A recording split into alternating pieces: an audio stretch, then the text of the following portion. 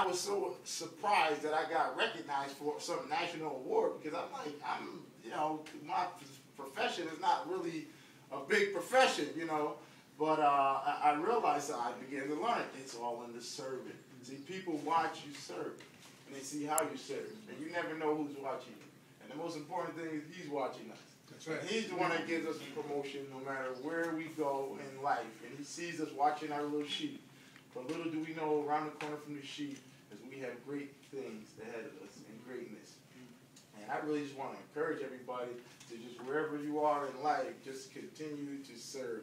Just try to be the best at whatever it is you're doing, and whatever mission you have ahead of you, just go all out at it. You may mess up, you'll fall on your face, you get discouraged, that's all part of it. But pick yourself back up and you keep going. And all the great people that I read about and learn from, and that's the main thing I learned about all of them, is they just kept going. They wouldn't stop. You know, they've been through things that would just make me say, man, I don't know if I could go through that. Well, you probably could. That's why you didn't have to. So we all have our own things we have to go through and push through.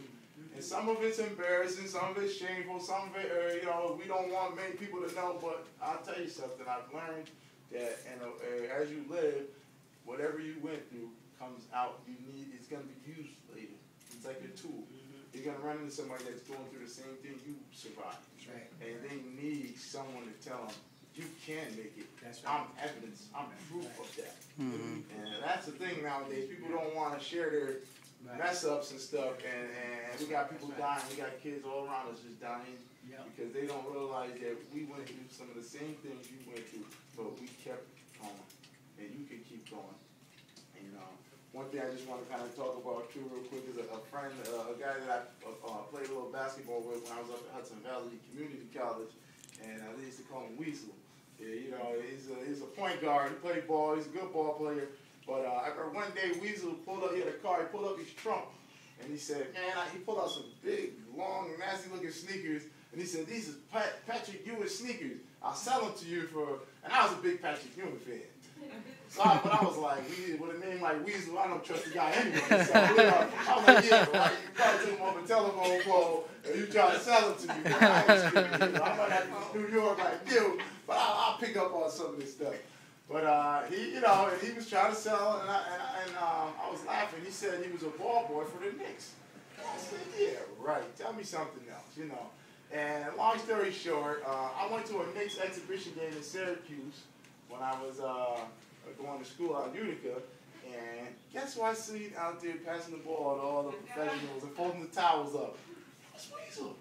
And I'm up in the stand like, oh my goodness, like, he wasn't quiet. Wow, like, and I ran down there, and I was like, yo, Weasel. And he came over, gave me the foul, he hugged me, and then all of a sudden security came, oh, you can't be down there, excuse me, sir, this is private. I'm like, oh, that's my homie, you know. He said, I understand. He said, we talk after the game. I said, all right. But I was just like, wow, man, this guy actually is a ball boy for the Knicks. Like, man, he can get autographs and anything, you know.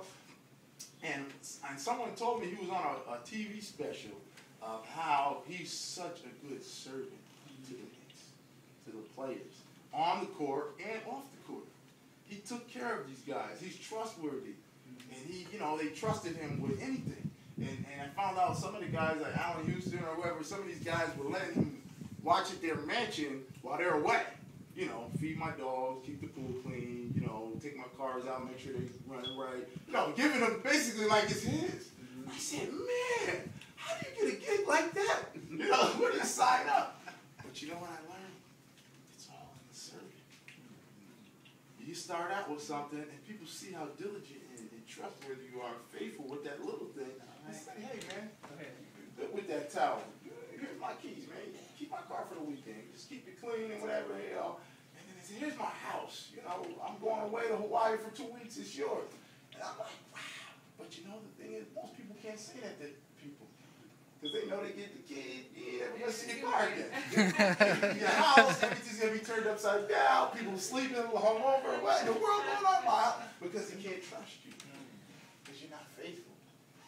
And what I'm here to say is that we just got to seek to serve every way we can, because that is the key to greatness. And that's all I have to say. God bless you.